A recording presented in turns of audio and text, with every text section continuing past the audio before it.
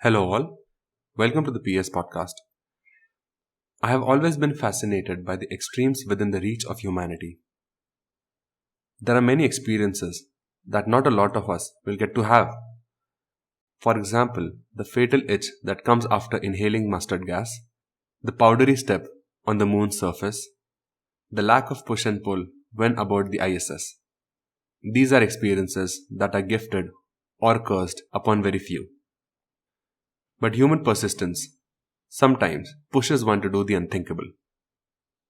Our today's guest is a 25-year-old fellow who has grabbed hold of many records to his name. Along with being the youngest person from Madhya Pradesh to have climbed Mount Everest, he is also the youngest Indian to climb the mountain from the northern ridge, which is significantly trickier to traverse.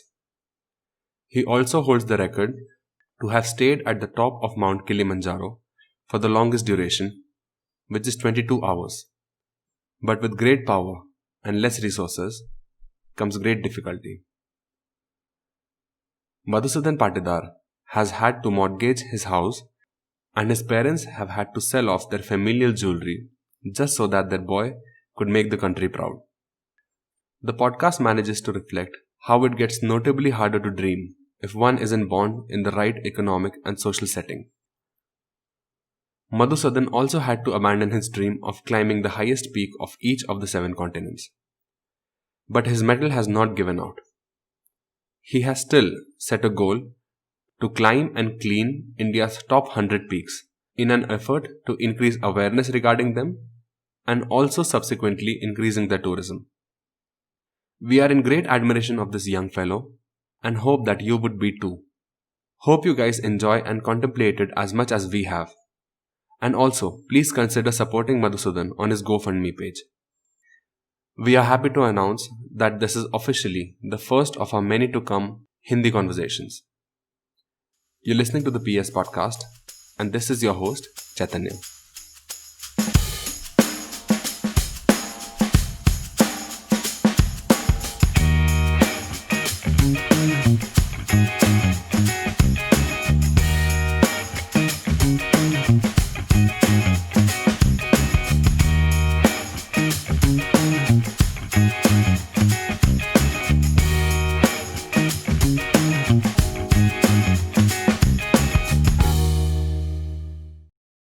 ये sir मेरा 7 summit एक project चल रहा था। Okay. इसमें highest mountain of all 7 continents.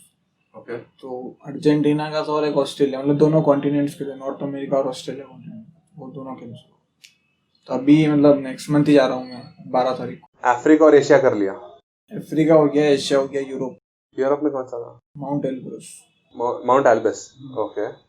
तो mount Elbrus, Kilimanjaro और Everest, ये टॉप 3 है। नहीं, ये मतलब कॉन्टिनेंट्स के टॉप। हाँ, है ना? तो इसमें से सबसे मुश्किल चढ़ाई कौन सी थी?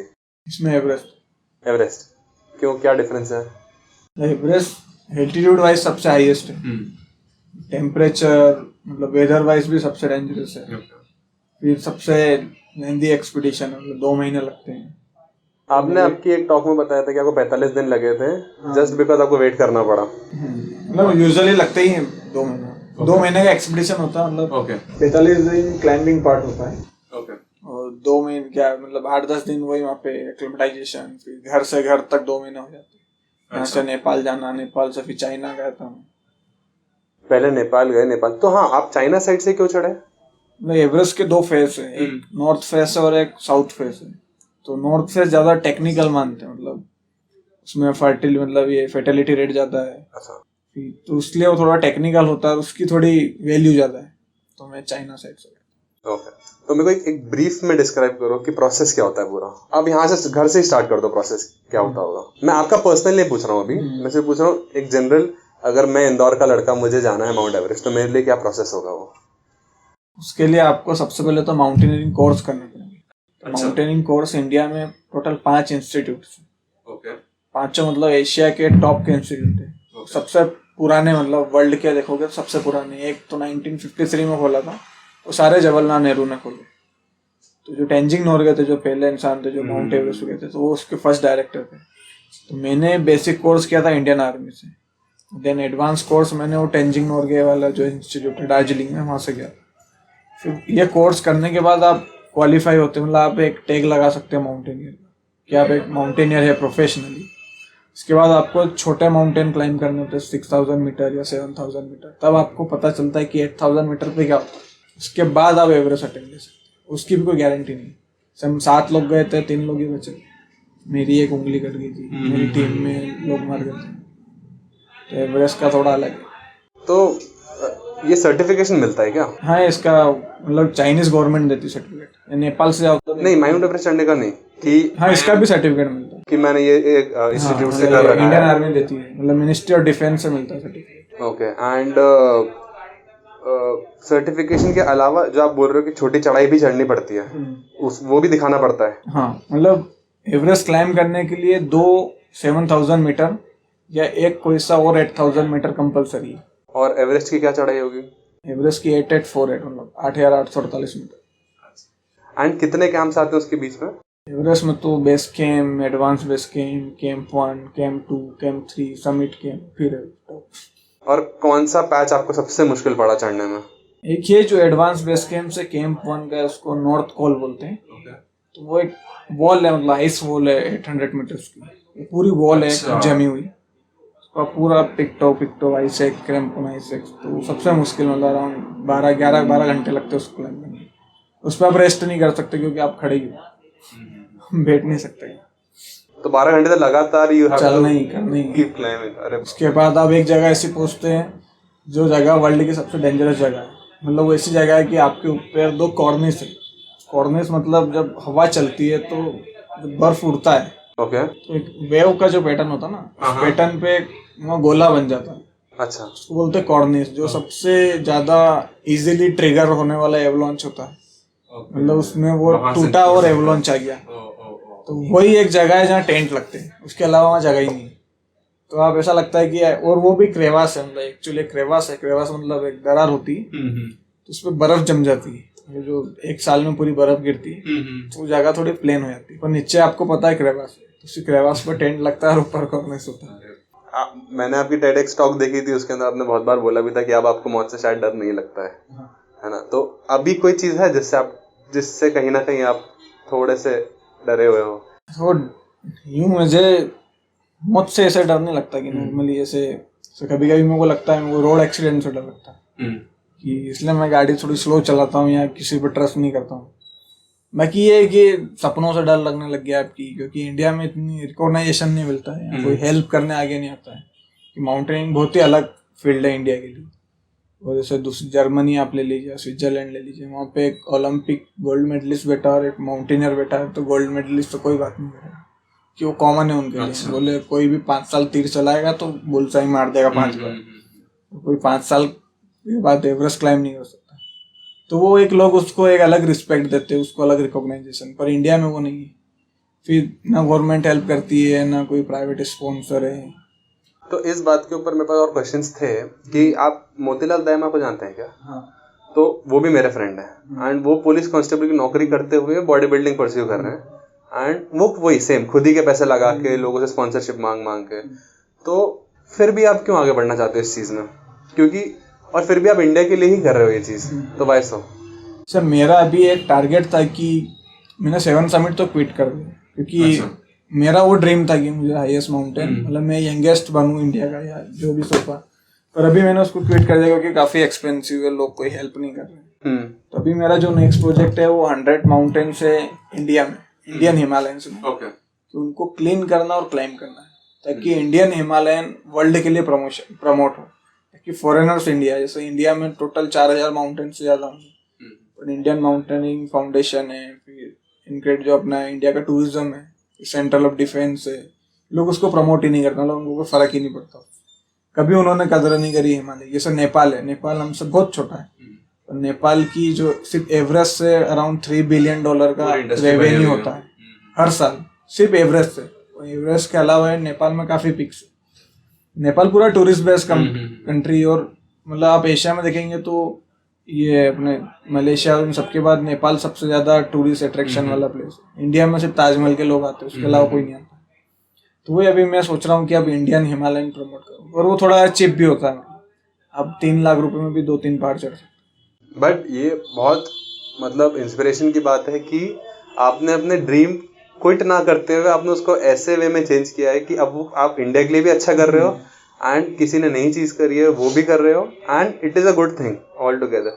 तो ये क्लीनिंग की कितनी प्रॉब्लम है एवरेस्ट पे? मतलब मैंने सुना तो बहुत है। एवरेस्ट पे तो एवरेस्ट मतलब 1930 से उस पे एक्सपीडिशन स्टार्ट हुए थे। मतलब एवरेस्ट पर अराउंड 400 से ज्यादा तो डेड बॉडी रखी है आज भी, जो कोई लेके ही नहीं आया वहाँ पे।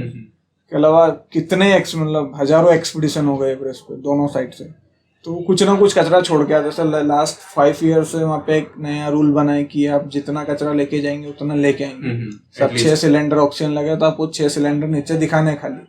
अब 3 बिस्किट का पैकेट या चॉकलेट ले गए तो आपको रेपर्स लाने और दिखाने लाइजनिंग ऑफिसर को, नहीं तो डायरेक्ट $1500 फाइन है।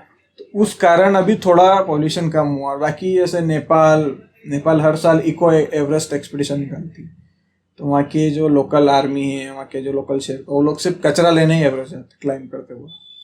तो उसे नेट जियो का निकलता है इको एवरेस्ट, वो सिर्फ कचरा लेने के लिए निकलता। तो हर साल मतलब टनों से कचरा वापस नीचे आ रहा है, पर अभी भी काफी मतलब 10-20 साल लगेंगे।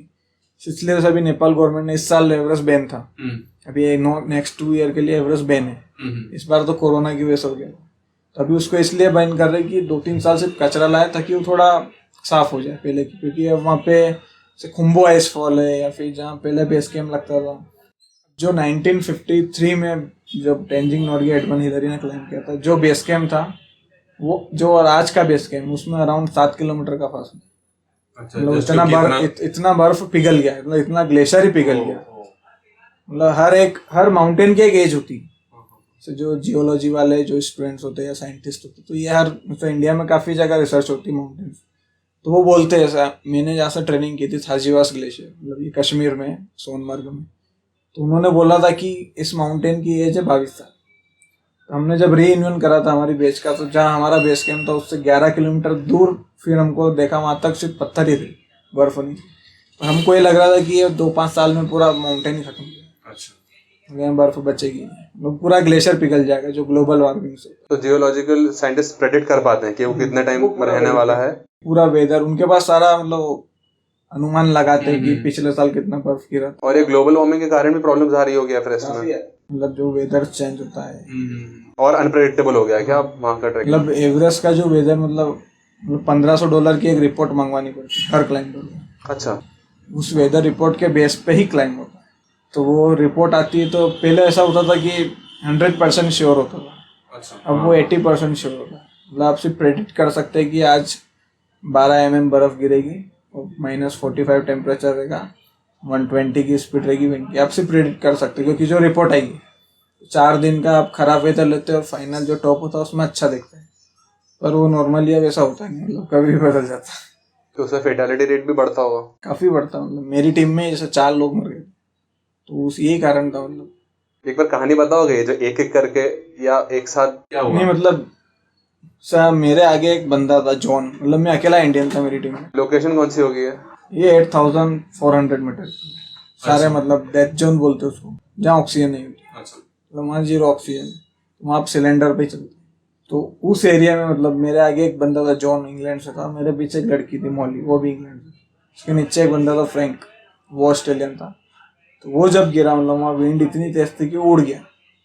तो वो जब गिरा तो होता क्या, हम सब रोप अप चलते हैं एक के पीछे। कोई भी गिरा तो उसकी फॉल आपको अरेस्ट करनी होती है। आप जो भी आगे वाले आपको एंकर करना था कि वो लटक जाए। हमको पता ही नहीं चला कब गिरा। तो हमने जब तक उसको अरेस्ट करा और नीचे गए तो मर गया। मतलब उसको CPR वगैरह सब दिया। तो मैं तो 20 साल का था, मतलब मैं तो मैं तो जगजीत सिंह की गजलें सुन के क्लाइम करता हूँ। मैंने और वॉल्यूम बढ़ाई, दौलत भी ले लो शोहरत भी ले लो, चल रहा था। तो ये जब ऐसा पता चल गया, पहली बात तो विजिबिलिटी कम थी क्या उस टाइम पे? जो पता नहीं पड़ा। रात में क्लाइम करते हैं। क्यों रीजन है कि रात में क्लाइम करते हैं? रात में ये होता है कि एक तो वेदर थोड़ा काम होता है। अच्छा, दूसरा की बर्फ पिघलती नहीं तो स्लिप होने के चांसेस कम होते हैं। ओके, तीसरा है कि आपको आपका टारगेट ज्यादा दूर नहीं दिखता है। दिन में अगर आप वहीं उसी जगह से निकलोगे तो आपको लगेगा बहुत दूर है। तो आप साइकोलॉजी प्रिपेयर नहीं करो कि आप विदाउट ऑक्सीजन चल रहे हो और पिछले इतने टाइम से क्लाइम करके यहाँ पहुंचे हो, खाने को लोग कुछ नहीं है, मतलब 6 दिन से पानी नहीं पिया है, चॉकलेट पे जिंदा हो, ऑक्सीजन पे जिंदा हो, तो आदमी वो डिमोरलाइज हो जाता है। रात में भी चढ़ता तो आधे लोग डिमोरलाइज, मतलब वही 12-13% चांस है सब। तो आपका टीममेट हवा से उड़ा, आपको पता नहीं पड़ा, बट जब पता पड़ा और ये दिखा कि सीपीआर से भी रिवाइव नहीं हो रहा है, तो देन आपने लोगों ने क्या स्टेप लिया? हमने जितनी कोशिश करनी थी कर ली, ऑक्सीजन इंजेक्शन, पूरा एक इंजेक्शन होता है जिससे एकदम से एड्रेनालिन शायद, तो उससे कुछ नहीं हुआ मतलब। तो फिर उसको एक पत्थर था उस पर रखा आराम, फिर हम निकले थे। और ये पता ही होगा कैंप वाले लोगों को कि ऐसा होता ही होगा। तो मतलब आपको जो 2 महीने, इसलिए उसको बोलते कि आप 2 महीने में पूरा मेंटली प्रिपेयर हो जाते हैं। मतलब आप 2 महीने से एक ही माउंटेन देखते हो और आपको वो क्लाइम करना, आपको पता है कि ये तब क्लाइम होगा जब वेदर मिलेगा। 2 महीने आपको देखना ही है उसको, तो वहाँ आपको इतना मोटिवेशन मिल जाता है, इतना मतलब आप एक साइंटिस्ट जैसा फील करते सीधे से। आप डाइनिंग में घुसते तो आप सोचते नहीं माउंटेन ही ब्लैक बोर्ड है वहाँ, रोज मतलब पूरी टीम यही बात करती कि इस दिन ज्यादा बर्फ है, आज जाना है कल जाना है, आज इतना विंड गिरेगा, आज इतना स्नो। और ये डिस्कशन हर कैंप में होता है। तो आपने मेंशन कि आपकी एक उंगली कटी हुई है, तो ये फ्रॉस्ट बाइट के कारण हुआ है? हाँ। तो फ्रॉस्ट बाइट कैसा फील होता है? मुझे तो कोई आइडिया नहीं है। मतलब मुझे भी कोई आइडिया नहीं था। अच्छा। मुझे तो बेस कैंप आया तब मैंने 4 ग्लव्स पहने थे। ओके। तो जब नीचे आया, सेलिब्रेशन चालू हुआ, जब तक भी ग्लव्स नहीं उतारा था, तो दारू पी रहा था बैठ के। वो खुश है पियो। फिर जब सब कुछ नॉर्मल हो गया, मैंने वो जो डाउन फेदर जैकेट होता है, डाउन सूट बोलते हैं उसको, तो ऊपर मतलब 6 लेयर होती है ऊपर, नीचे 7 लेयर होती। जब मैंने उतारना चालू करा और फिर मैंने चलो ग्लव्स उतारा नॉर्मल वाला पहने, तो ये पूरी ब्लैक हो गई थी। छोड़ो पियो, चढ़ के आ गए अपन, एक ही उंगली गई। तो मुझे एक चीज पूछनी थी आपसे, पूछनी तो बहुत सारी चीजें हैं। अपन ऐसी जगह से बिलोंग करते हैं, मैं महू से, आप राहू से, और मेनली इंदौर से अपन सब। यहाँ पर आपके और मेरे एज के लोग सपने बहुत देखते हैं ना, सपने तो सब देखते हैं, बट ज्यादातर लोग उस पर एक्ट नहीं करते हैं। आपने तब एक्ट किया है, आपने अगेंस्ट जाके एक्ट किया है सबके, है ना? आपकी फैमिली ने भी आपकी मदद करी है, आपके बता रहे थे आपके मम्मी पापा ने जेवर भेज दिए थे सिर्फ आपको भेजने के लिए। बट अपन ये भी देखते हैं कि अपने हम उम्र के लोग अपनी जवानी ऐसे निकाल देते हैं। तो आपको क्या लगता है उसका क्या रीजन है, खासकर इस एरिया में, जो कि मैंने भी बहुत देखा है?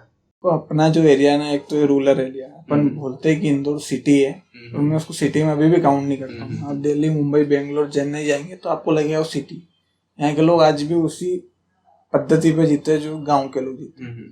उस कंसिडर करते हैं कि आप एक सिटी में मॉल से, अच्छा रोड है, अच्छे लोग है, अच्छा फैशन है, पर जो सपने के बारे में आते हैं तो लोग एक सीमित एरिया में जीते हैं कि अगर आपका यह है तो आपको इंजीनियरिंग करना है, मैनेजमेंट करना है, डॉक्टर बनना है, उन्हीं काम करना है। ज़्यादा से ज़्यादा दूर हो गया तो पीतमपुर। कुछ लोग होते हैं जो जैसे अभी आईटी वाले हुए, जो इंदौर से दिल्ली, पुणे, मुंबई 3 जगह जाने लगे।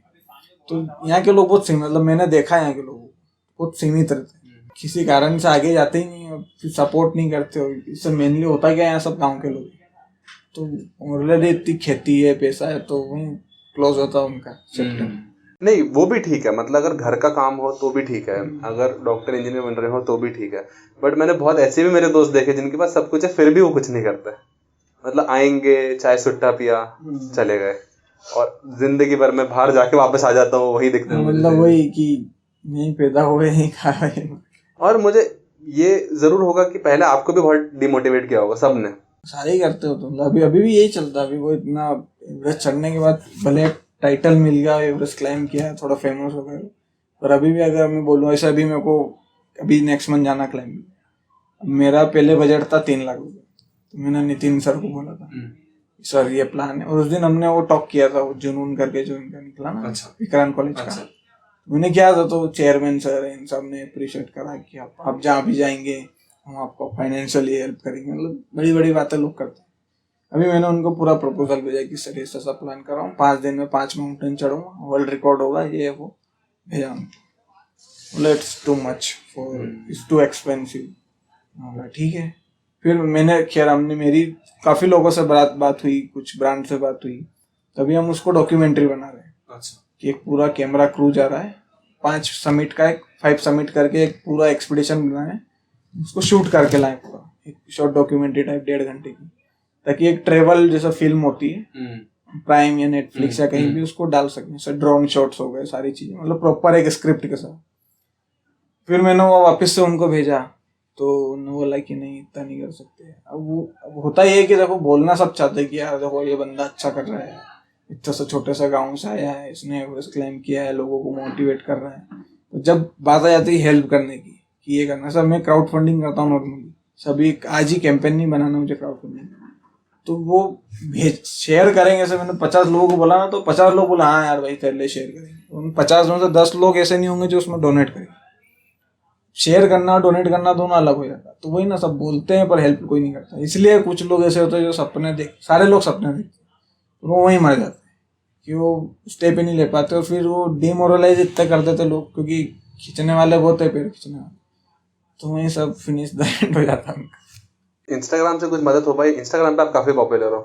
मतलब इंस्टाग्राम पे सब कुछ ब्रांड्स है मेरी, सर मेरे सारे प्रोडक्ट स्पॉन्सर्ड होते हैं, फ्लाइट स्पॉन्सर हो जाती है, होटल स्पॉन्सर हो जाती है। अभी काफी ब्रांड्स है मेरा, नेटजो से चल रहा है, रेड बुल से भी मेरा हुआ है, गार्मिन करके वॉच है उनसे हुआ है, फिर कोलंबिया स्पोर्ट्स वेयर उनसे हुआ है। ये सारे लोग प्रोडक्ट देते हैं उन लोगों को, प्रोडक्ट की क्या जरूरत है। मेन होता है कि आप एक्सपीडिशन जाएंगे तो आपको पैसा तो देना ही, खाने का, घोड़े वाले का, वोटर्स का।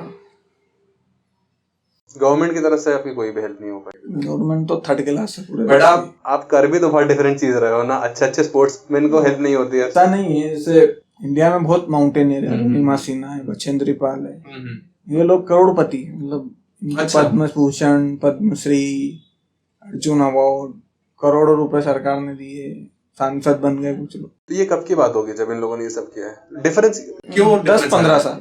तो ये डिफरेंस क्यों आया है? होता ये कि इंडिया में एक चलता है ना तानाशाही वाला काम, कि अगर मैंने कुछ करा है तो बस मैं ही हूँ। तो ये लोग प्रमोट नहीं करते, प्रमोट भी इनकी लॉबी वालों को करते हैं।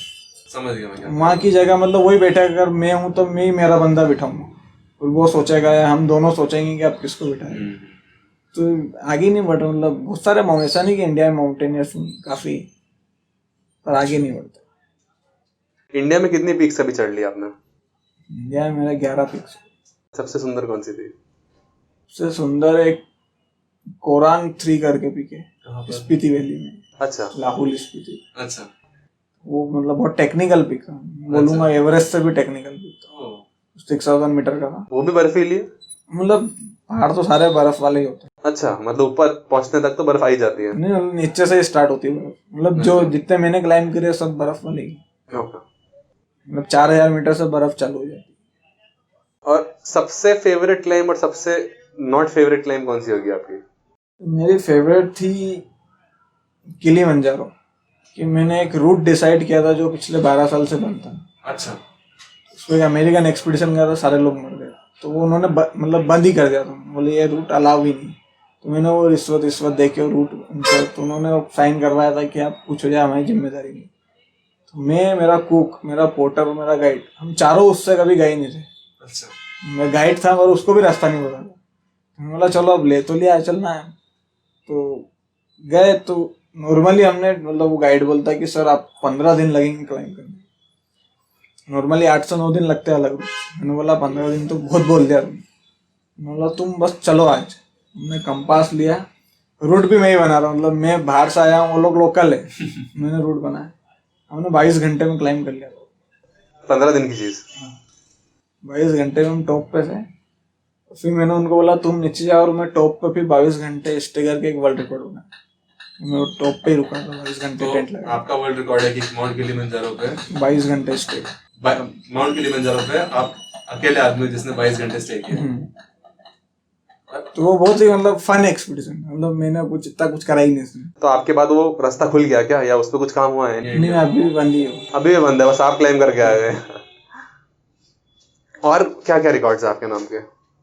काफी फास्ट है, जैसे एल्ब्रस वाला है, ये रशिया वाला, यूरोप वाला। ओके। इसको मैंने 5 घंटे में क्लाइम किया था। 4 घंटे वहां भी मैं टॉप पे स्टे करने गया था। 4 घंटे रुका था, 3 घंटे में डिसेंड करा। अच्छा।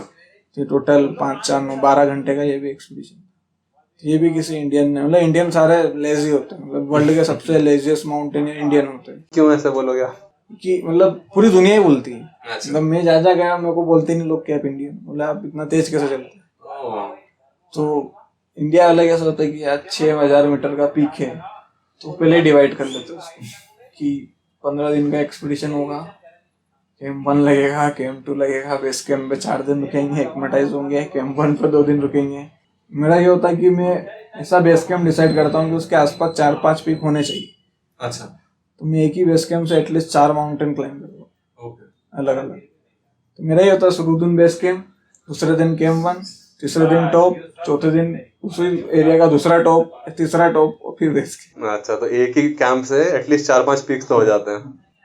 और मैं रीच टू रीच जाता हूँ, मैं किसी माउंटेन के टॉप पर गया तो मैं फिर बेस कैंप नहीं आता, अच्छा, उसी माउंटेन से दूसरे माउंटेन पे।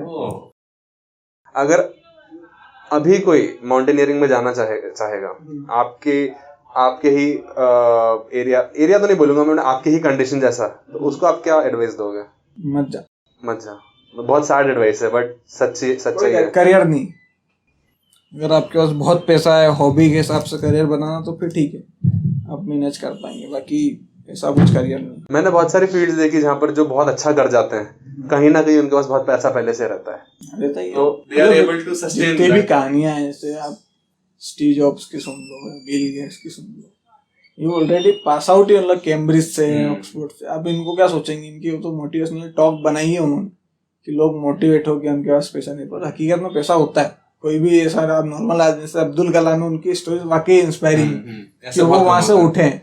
बाकी ये लोग सारे ऑलरेडी पैसा था लोगों के पास, वो तो सक्सेस होने के बाद हर कोई कहानी ऐसी बनाता है। तो अभी क्या प्लान, आप कैसे क्राउड फंडिंग? हाँ, अभी क्राउड फंडिंग, फिर इंस्टाग्राम की ब्रांड से आपको जो प्रोडक्ट्स की स्पॉन्सरशिप मिल रही है, उसके अलावा क्या प्लान्स हैं आपके, कैसे करोगे आप? अभी तो जो डॉक्यूमेंट्री प्रपोज कर रहे हो आप?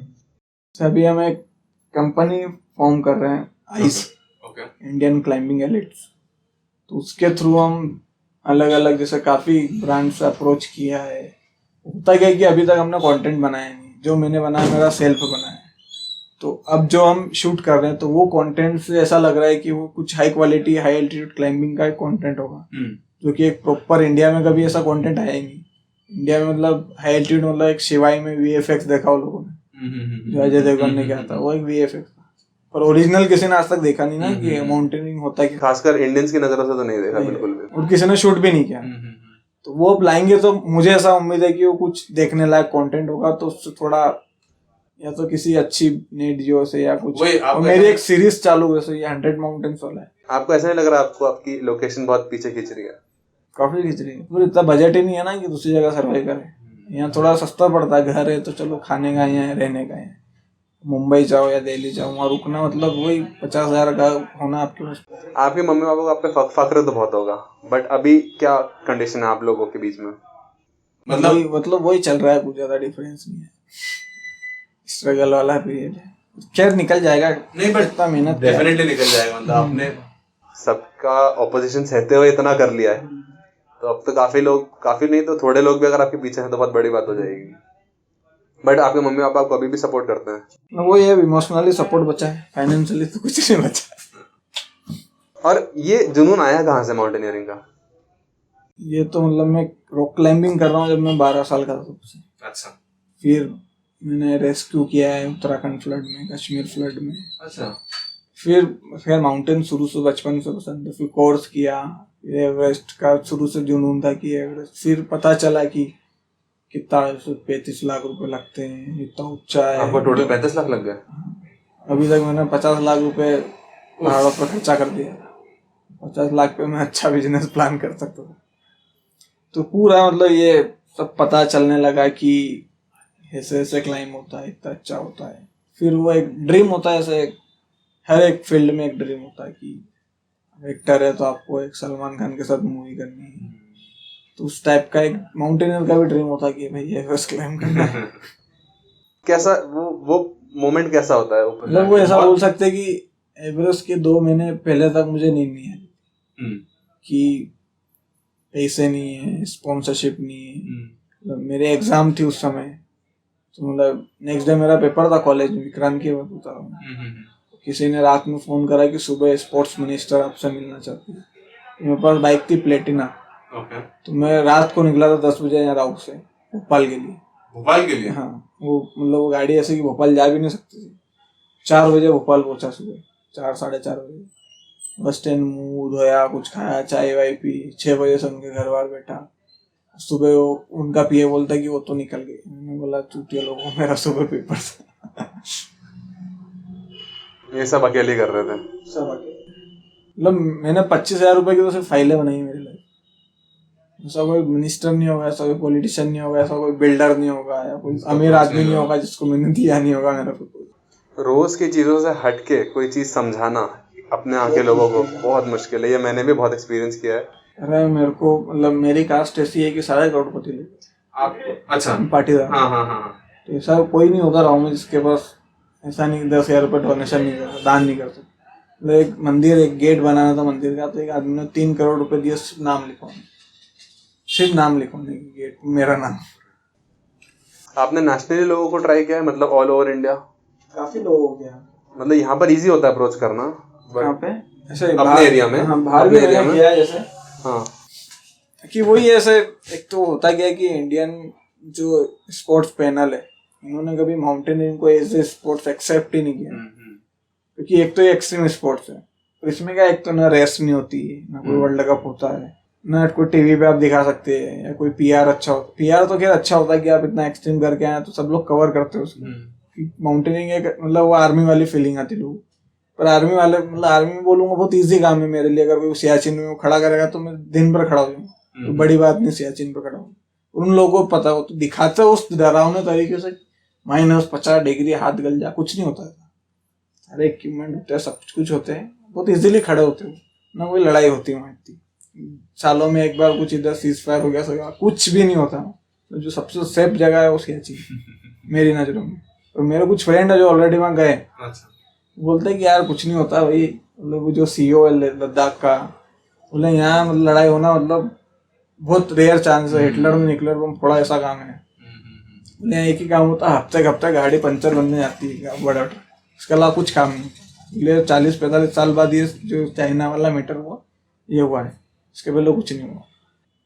तो उस एंगल से आप देखोगे कि आर्मी वाले, अगर आप इनको बोलोगे कि सियाचिन का जवान है, उसकी फैमिली को 50 लाख रुपए चाहिए, तो फट से चेक साइन करेंगे। ये बोलेंगे ना एक सियाचिन 5,000 मीटर पे एक बंदा 8,000 मीटर जाना रहता है आपके एरिया का, तो वो सोचेगा फिर यार इससे मुझे क्या मिलेगा। बोलते कि यार देखो हम रनिंग में इन्वेस्ट करते हैं, जैसे हैप्पी स्ट्रेट होता था, ये जो कर रहा था, उसमें हमको मास मिलता है, ज्यादा लोग मिलते। ठीक है अब ज्यादा लोग वाला इवेंट करो। यार बिजनेसमैन होते हैं, मतलब उनकी जगह वो सही भी है। खैर उनको देखना है कि उनका कहाँ से क्या निकल रहा है। पर खैर उनके पास, खैर उनका रोज का टर्नओवर यार 1 करोड़ के आसपास का, उनका CSR ही करोड़ों में जाता है।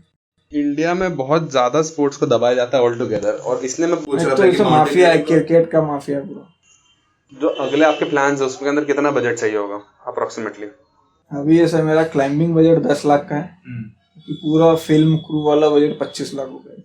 ये भी आप बहुत कट करके मुझे सबसे चीपेस्ट है। मतलब ये ऐसे मेरे दोस्त थे जो फ्री में काम कर रहे हैं, सिर्फ हमको ऐसे 6 ड्रोन है तो ड्रोन का रेंट देना है, जो हाई मतलब अच्छे कैमरा से जो मतलब नेटफ्लिक्स और ये लोग जिनके क्राइटेरिया में फिट होते हैं, जो फुटेज वो लेते हैं, तो उनका रेंट ही इतना है कि वो 12-13 लाख रुपए का उनका रेंट ही हो गया। फिर 5 लोग हैं, 5 लोगों के लिए सब सामान जाएगा। मतलब उन्होंने कभी माउंटेन देखी नहीं, उनके लिए सब गियर लाना है।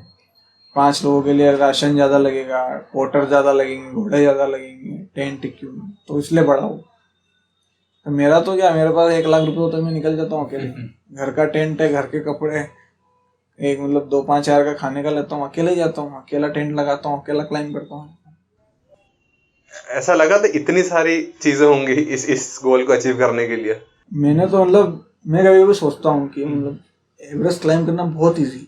मतलब जिस पॉइंट व्यू पे मैं अभी बैठा हूँ, मैं समझ रहा हूँ आप क्या बोल रहे हो। जो तो बच्चा है मेरे लिए। अगर मैं कल बोले एवरेस्ट चढ़ना तो मैं अभी चढ़ लूंगा, और ये सब चीजें करना ये बहुत मुश्किल है। मतलब अगर आप लास्ट बॉल पे 6 लगा दें IPL में, तो सुबह 10 PR टीम आपके घर के बाहर खड़ी रहेगी, सर हम आपको एंडोर्स करना चाहते हैं, ये लो 5 करोड़, ये लो 50 करोड़। और इसमें कोई मतलब आपको ढूंढने अप्रोच, सर आप एथलीट मैनेजमेंट करते हैं, स्पोर्ट्स मैनेजमेंट करते हैं, आप एक माउंटेनियर को रिप्रेजेंट करेंगे, मतलब आप मैनेज करेंगे क्या भी, आप तो मना कर देंगे, मतलब इसको।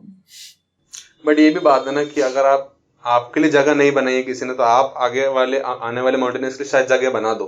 क्योंकि ये मेरा एक फ्रेंड है यूएस से, जिमी चिन, उसने लास्ट ईयर एक मूवी बनाई, डॉक्यूमेंट्री बनाई, शॉर्ट डॉक्यूमेंट्री, एक सिर्फ रॉक है, एल कैप्टन, तो उस पे कनाडा में, तो उसने सिर्फ क्लाइंबिंग फ्री सोलो करके एक डॉक्यूमेंट्री बनाई, वो ऑस्कर जीत गया। अच्छा, बेस्ट डॉक्यूमेंट्री फिल्म ऑस्कर लेके आया।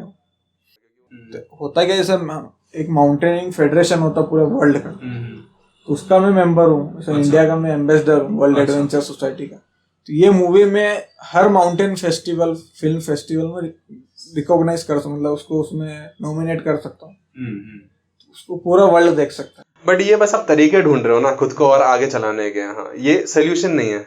सॉल्यूशन तो देखो यही है कि वो किस्मत है कि आपके पास 50 तरीके, एक तरीका भी आपको फिट हो गया तो आप कुछ बन जाएंगे। तो इतना तो देखो मेरे को खुद पे फक्र होता है कि मैंने देश के लिए कुछ किया। अरे बिल्कुल, दैट्स इट, मतलब उसके अलावा कुछ नहीं है। मतलब कल मरूंगा तो मेरे को इतना वो नहीं होगा कि यार कुछ करा ही नहीं, यार मर गए। आपके जैसे इंसान विकिपीडिया पेज है, अमर है अपन इतिहास। आपके जैसे इंसान को फ्री एंडोर्समेंट मिल रहा है, स्पॉन्सरशिप मिल रही है प्रोडक्ट्स के रूप में भी, ये भी करना बड़ी बात है। मतलब ये सब लोग नहीं कर सकते हैं। लोगों को कन्विंस करना है कि हाँ मुझे, लोग, मतलब मैं भी अप्रोच नहीं करता हूँ मैं, मतलब लोगों को आजकल अभी मेरे पास फोन आते से, कल ही एक आया था, वो कोलंबिया करके ब्रांड है यूएस की, तो मैंने उसको बोला कि यार, उसने मुझे बोला कि आप लिस्ट भेज दो सर, तो मैंने उसको भेजा ये भाई, ये एक बैकपैक दे दे, कैप्स दे दे, जैकेट, ट्रैक पैंट हो गई, शर्ट्स हो गई। उसने बोला ठीक है सर, मैं पहुंचा दूंगा। घूम के आगे लेके आता हूँ मैं, तो मेरे पास सारा इक्विपमेंट है, तो मैं अप्रोच करता ही नहीं कि जो इनका इंडिया में, एक तो इंडिया में कोई ब्रांड ही नहीं, ले दे के वो डिकैथलॉन है, वो थर्ड क्लास है, नहीं काम आता। 2-3 साल उनके लिए मैंने करा, अब क्या फीडबैक दूंगा, मैं यूज ही नहीं करता हूँ, मेरा काम कहीं नहीं है, मैं हर बार खराब देता हूँ। मैंने बोला, फिर मैंने बंद ही कर दिया लेना। मैंने कहा देखो आपको अच्छा नहीं लगेगा, हर बार मैं खराब देता हूँ, खराब है वो मेरा, अगर मैं पहन के आ रहा हूँ, मेरा ही अंगूठा खराब हो गया उससे, तो मैं रिकमेंड करूंगा अच्छा, कोई ले गया और बोलेगा यार आपने बोला था अच्छा और खराब निकला, तो फिर मेरा ही नाम खराब होगा। बोला खत्म करो। तो कंपनीज आपको पैसों में एंडोर्स नहीं करती है, प्रोडक्ट्स में ही करती है सिर्फ, उनके रूल्स ऐसे कुछ होते हैं क्या?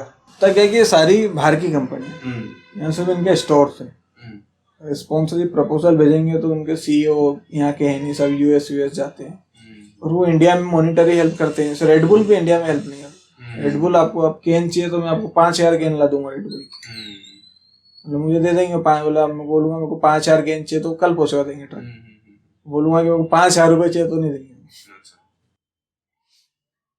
बट बहुत चीजें हैं अभी करने को बाकी, बट आपने बहुत सारी कर भी ली है, मैं ये देख रहा हूँ। मतलब क्लाइंबिंग के उसमें नहीं बोल रहा हूँ मैं, बट खुद को सस्टेन करने के लिए। मतलब मैंने एवरेस्ट क्लाइंब किया था जब मेरे को पता नहीं था कि स्पॉन्सरशिप प्रपोजल क्या होता है, इंस्टाग्राम इन्फ्लुएंसर क्या होता है, वेरीफाइड कैसे होते हैं पेज, आप कैसे, आपको फॉलोवर्स आप कैसे अर्न कर सकते हैं। पिछले 3-4 साल में ये सीखा है कि आप इन्फ्लुएंसर क्या होता है, कैसे अप्रोच करना है, क्या प्रपोजल। अब ये पहले क्या, ये तो चलो बहुत खूबसूरत प्रपोजल है, प्रेजेंटेशन, पहले तो एक लेटर ही बनता था ना कि वो टू द ये वो एमडी सब्जेक्ट लिख के आखिरी में साइन कर दी, प्रपोजल होता था।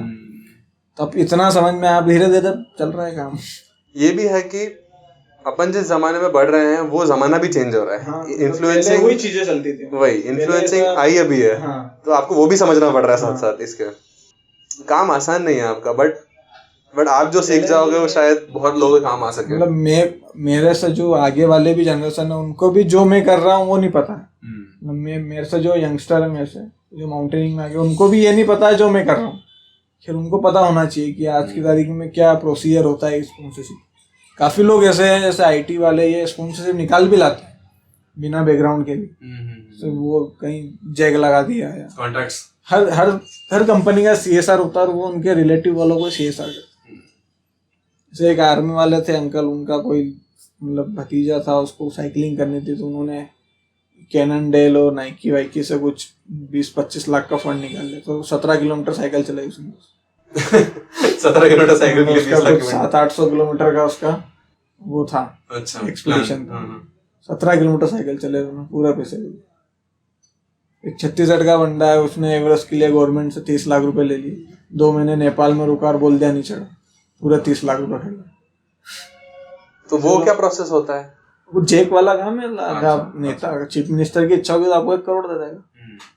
वही आप प्रॉपर चैनल से जाएंगे। और मेरा काम उठाने वाला नहीं कि मैं किसी के हाथ जोड़ूं कि भाई ले चल, मैं कोई ऐसा नहीं करता हूँ। मेरी भी एक सेल्फ रिस्पेक्ट है यार, कि मैंने भी कुछ किया है तो मैं आपके फंसाया हूँ। कुछ लोग हैं जो कर देते हैं, मतलब इतना फंड रेज नहीं होता, 50,000 रुपये आप कर लो, बड़ी बात। कुछ अच्छे लोग हैं वाकई में जो हेल्प करते हैं। कौन कौन ऐसे कुछ 1-2 लोग बताओ जिन्होंने आपकी एक्चुअली हेल्प करी है, आपके मम्मी पापा के अलावा? ऑफ कोर्स से यहाँ पे जो यहाँ के अध्यक्ष हैं शिव टिंकू, मतलब वो बेटा जैसा मानते, तो हर बार हेल्प करते हैं। ये कंपनी कपिल केबल, उन्होंने हेल्प करी है। कुछ है, मतलब कुछ ऐसा नहीं कि सभी बुरे होते हैं, और कुछ लोग होते हैं जिनके पास बहुत पैसा है, कर सकते हैं, पर जब होता ना कास्ट में भी एक वो नेपोटिज्म टाइप चलता है कि मेरा लड़का कुछ नहीं कर रहा है, ये बाहर से आया है, ये आगे बढ़ रहा है तो बढ़ने नहीं देता है। इस टाइप का सीन भी चलता है। आपका एंड ड्रीम क्या है? ये 100 नहीं, ये तो मेरा 3-4 साल, मेरा ये कि अभी $3 मिलियन कमाना है। क्यों? कि $150 पर डे के हिसाब से 50 साल तक किसी भी कंट्री में जिंदा रह सकते। अरे वाह, बड़ा अच्छा प्लान बना है। ट्रेडिंग का इतना कैलकुलेशन, क्रिप्टो करेंसी में पूरा बिटकॉइन वगैरह सब लेके पूरा प्लानिंग है वो। कौन कहाँ से ये सब कहाँ से पढ़ते हो आप? ये सब सीख के गूगल बाबा की देन। खैर मैं अभी काफ़ी चीज़ें रिसर्च कर रहा हूँ, तो कैसे क्या इन्वेस्ट करना वो सब आइडिया आ रहा है धीरे धीरे। अभी कोई कैपिटल है नहीं, और ये है कि ये धीरे धीरे बन जाएगा, ऐसा लग रहा है। मतलब आप सिर्फ एक जगह ध्यान नहीं दे रहे, आप बहुत सारी जगह पे ध्यान रख रहे हो। बहुत इंटरेस्टिंग चीज है ये, मुझे लगा नहीं था आप क्रिप्टो करेंसी की बात करोगे। नहीं, मुझे बिटकॉइन, लाइटकॉइन, ट्रेडिंग, बिटकॉइन सब चीज़ें, स्कैम सब करता हूँ। मतलब मेरा काफ़ी दोस्त है रोमानिया में, कोलंबिया में, पनामा में, जो स्कैम करते हैं। अच्छा, टच में हूँ, सीखता हूँ कैसे स्कैम करते हैं। क्या सीखा उनसे? काफ़ी लोग, मतलब वो लोग, उनके वजह से मेरा नेटफ्लिक्स वगैरह चाहिए तो उनको 50-100 ATM कार्ड्स भेज देते, क्रेडिट कार्ड लगा लेना, एक आधा लग जाएगा। पेपल के स्कैम होते हैं, पेपल वाले बता देते हैं, काफ़ी चीज़ें होती है। सोशल सिक्योरिटी कार्ड होता है US का, SSC, उसकी डिटेल्स आ जाती है। आप किसको भी ब्लैकमेल कर दो, मेल डाल के, आपका नंबर है हमारे पास, हम बता देंगे आप किस लड़की के साथ किस होटल में सो। अरे बाप रे बाप, आपको $50 हर दिन देगा। बट ये आपको, अगर आपके पास फंडिंग हो तो क्या ये सब आपको करना पड़ेगा? फिर वो सीख मिल रही है ना, वो एडवेंचर पसंद है। लाइफ में चैलेंजिंग होना है, फालतू काम नहीं होना। क्या मैंने फायर टेक करा, मैं एयरपोर्ट पे जॉब कर लूँ, कहीं भी जॉब कर लूँगा, अच्छी जॉब मिलेगी, फायर टेक वालों 50,000 रुपये भी दे देगा मेरी प्रोफाइल देख, और कोई मजा नहीं आएगा उसमें। कुछ केक होना चाहिए भाई। और अपने फ्रेंड्स के लिए आप कुछ सोचा है या कुछ उनको पुश करते हो? खैर मेरे 3 ही फ्रेंड्स है, ज्यादा मेरे फ्रेंड्स नहीं है। एक पुणे में, मतलब वो केमिकल इंजीनियर है, और एक मर्चेंट नेवी में भी, बेल्जियम में। 3 ही फ्रेंड, मतलब स्कूल से हम जो साथ में रही, मतलब ऐसे तो काफी फ्रेंड है, मतलब जो बचपन से साथ में रहे, हम 3 लोग हैं। मतलब रॉक क्लाइंबिंग, माउंटेनियरिंग और ट्रेकिंग में क्या फर्क होता है? ट्रेकिंग मतलब हाइकिंग, आप एक ट्रेल कर रहे हैं, मतलब आप कोई क्लाइंब नहीं कर रहे हैं, आप सिर्फ चल रहे हैं, वॉक कर रहे हैं। रॉक क्लाइंबिंग होती है कि एक रॉक है, मतलब बोल्डर है, इस पर आप सिर्फ क्लाइंबिंग कर रहे हैं। माउंटेनियरिंग एक प्रॉपर, उसमें आपको एक माउंटेन है उसके टॉप तक जाना है, उसमें सब इन्वॉल्व होते हैं, दोनों चीजें। Trekking, rock climbing, ice climbing, skiing, snowboarding, climbing, सब कुछ इन्वॉल्व है। और सबसे फन पार्ट क्या होता है माउंटेनियरिंग का? टॉप पे जाना। टॉप पे जाना। टॉप पे जाके आप अलग ही एक फीलिंग आती है, सुकून मिलता है। आपको मुश्किल होती है वो फीलिंग एक्सप्रेस करने में, लोगों को समझाने में? टॉप की फीलिंग मैंने एक्सप्रेस कर पाता हूँ, कैसे बताओ? समझ में नहीं आता। बट अगर करनी हो तो क्या बोलोगे आप? क्या एक ऑर्गेज्म वाली फीलिंग होती है, सब बोल सकते हैं कि वो भी छोटी पड़ जाए। वो भी, मतलब वो कुछ अलग ही ना, एक क्या बोल सकते हैं, एक बच्चों को खिलौना दे दिया जो उसको बहुत पसंद है, कैसा खुश होता है, उस टाइप की फीलिंग होती है। हाँ, मतलब ऐसी चीज आप शब्दों में कैसे बोलोगे और बताओगे कैसे किसी को? एवरेस्ट के टॉप पर तो कोई फीलिंग आती ही नहीं, ऑनेस्टली, मतलब क्योंकि आपके दिमाग में ऑक्सीजन नहीं, क्या सोचेगा फटती है कि नीचे चलना, बस कोई फीलिंग। आप सोचेंगे ना कि आप गूज़बम्प आएंगे होंगे, आपने झंडा पकड़ा हुआ फीलिंग आ रही होगी। बोलने में अच्छा लगता है कि आप किसी को बताना है तो किसी को इम्प्रेस कर सकते हो कि बहुत खतरनाक फीलिंग आती है देशभक्ति वाली। और वहाँ पे कोई रेगुलेशंस है कि कितनी देर रहना है, कितनी देर रह सकते हैं? ऐसा नहीं है, फिर भी नॉर्मली ट्रैफिक के हिसाब से आप 5-10 मिनट ज्यादा नहीं रुक सकते। क्यों? आपके पीछे भी काफी, मतलब एवरेस्ट का टॉप इतना बड़ा है, सब लोग आएंगे ना, मतलब 1,000 2 मीटर 1000 लोग अटेम्प्ट करते हैं हर साल। अच्छा, भीड़ लगी रहती है।